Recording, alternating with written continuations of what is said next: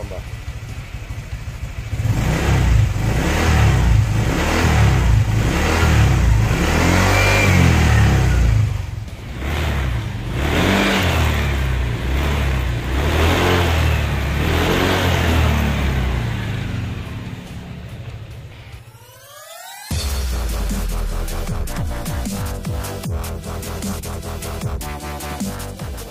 Mga kabekis na paano magkabit ng RPM gauge para sa mga PCX 150, no?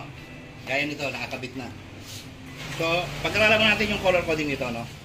Pag sa FI, no, mga kabekis, itong green po, pupunta yan sa ignition coil natin kinuha or sa ECU, gaya nito, itong green, ha?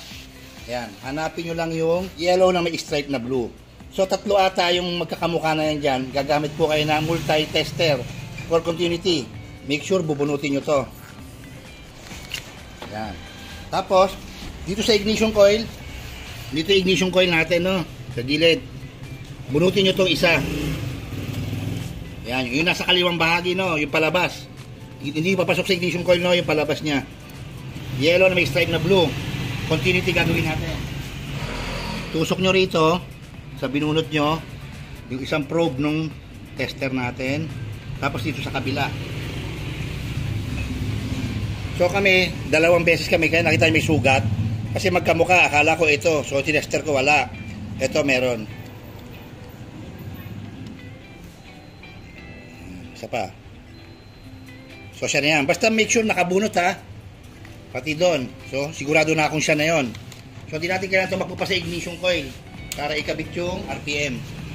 Then after na makuha nyo yun, itong maiksi na to, na black, plain black, pumunta po yan sa ignition ACC line. Ito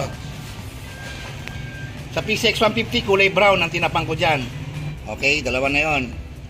Itong mahaba na black na to, na plain black, ito is pupunta sa negative.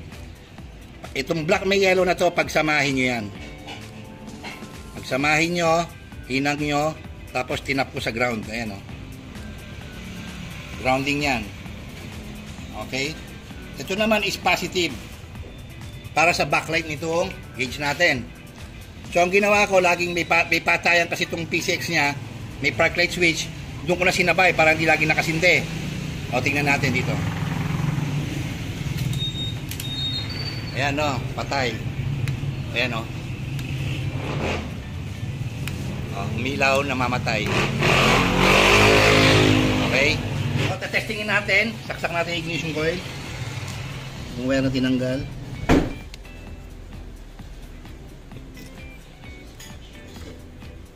Ayan, naisaksak na.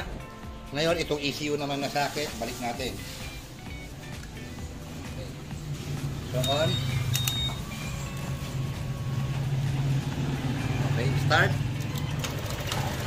1.5 RPM. Ganyan yan, di ba?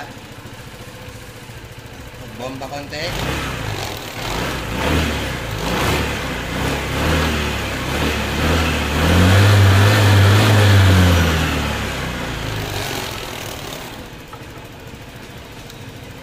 So may RPM na ngayon yung PCX natin. Sa Shopee ko, mga kabekis, meron tayong binibentang ganyan. Sa mga nakafollow sa Shopee account ko, meron yan. Matibay po itong gamit ko. Bakit? 10 years na po yung sa akin ngayon. Pinalawang na ng panahon. 10 taon na po nakakabit yan. Gumagana pa rin yan kahit yung ilaw niya. Ayan. Start.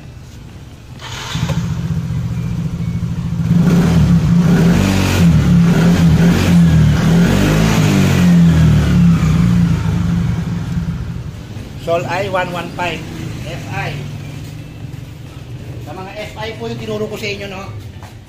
Okay, ganyan lang po magkabit ng RPM gauge para sa mga gusto magkaroon ng RPM yung mga PCX 150. So good day, kabekis.